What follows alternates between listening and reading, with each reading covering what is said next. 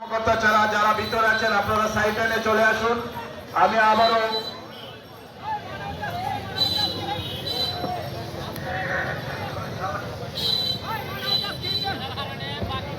শফি ভাই জন্য লক্ষ্য করলাম যে আমাদের ব্যস্ত সুমন ফুটবল একাডেমি যারা কর্মকর্তা নিয়েছেন তারা জানিয়েছেন যে আমাদের মাঠের ভিতরে সেলফি তোলা সম্পূর্ণ নিষিদ্ধ, যেটা আমরা আগে বলেছি।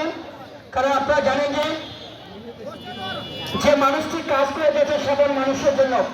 ব্যস্ত সুমন মাননীয় এমপি মহোদয় মুসাফা মামলার বাদী এবং বাড়ির পুলিশের বাদী সিলেটের যে বড় বন্যা ছিল সেই বন্যাতে তিনি জাতীয় বলেছিলেন এবারে কিন্তু সুনামগঞ্জের ছাত্রকে তিনি গিয়েছিলেন, বন্যাত্ম দলকে ত্রাণ দিয়েছেন। পাশাপাশি এত আনন্দের মাঝে কিন্তু আমাদের সিলেটবাসীকে কষ্ট দিয়েছে, যারা আমরা তীব্র নিন্দা জানাচ্ছেন ব্যস্ত সুমন সাহেবকে যে হত্যার হুমকি দেওয়া ছিল সেই হুমকিটা কি কোনো আইনশৃঙ্খলা হয়নি, তারা ধরেছে। আমরা ধন্যবাদ জানাচ্ছি আমাদের মাননীয় আইজিপি মহোদয়, হবিগঞ্জের পুলিশ সুপার মহোদয় এবং আইনশৃঙ্খলা বাহিনীর সকল কর্মকর্তা বৃন্দ।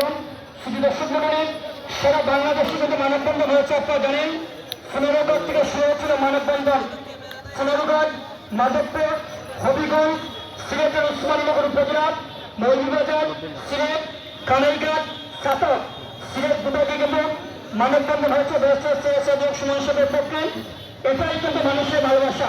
তিনি যে ভালো কাজ করেছেন তার প্রমাণ আপনারা পেয়েছেন, দেখেছেন মানববন্ধন করেন। মানুষ জানিয়ে দিয়েছে আজকের মিছিলেতে মানববন্ধন চলছে, আজকে সিলেটে শহীদ মিনারে মানববন্ধন চলছে। সাধারণ মানুষ ব্যস্ত সুমন সাহেবকে ভালোবাসে, যার জন্য নিঃস্বার্থভাবে নিজের টাকা খরচ করে সে মানববন্ধন করেছেন। অনেকে আমরা তাদেরকে ধন্যবাদ জানাচ্ছি। আমরা আবারও অনুরোধ জানাচ্ছি যে প্রিন্ট মিডিয়ার সাংবাদিকবৃন্দ যারা রয়েছেন দয়া করে আপনাদের অনলাইন যে চ্যানেল রয়েছে সেপ্টেম্বর মাসের জুলাই মাসের 26 তারিখে ব্যস্ত সুমন ফুটবল একাডেমি তারা ফুটবল ম্যাচ খেলতে কক্সবাজার যাবে। সবার কাছে দোয়া চেয়েছেন একাডেমির সকল কর্মকর্তা বৃন্দ এবং আমরা ধন্যবাদ জানাচ্ছি একাডেমির যারা দায়িত্বে রয়েছেন। আমি বিনীতভাবে অনুরোধ জানাচ্ছি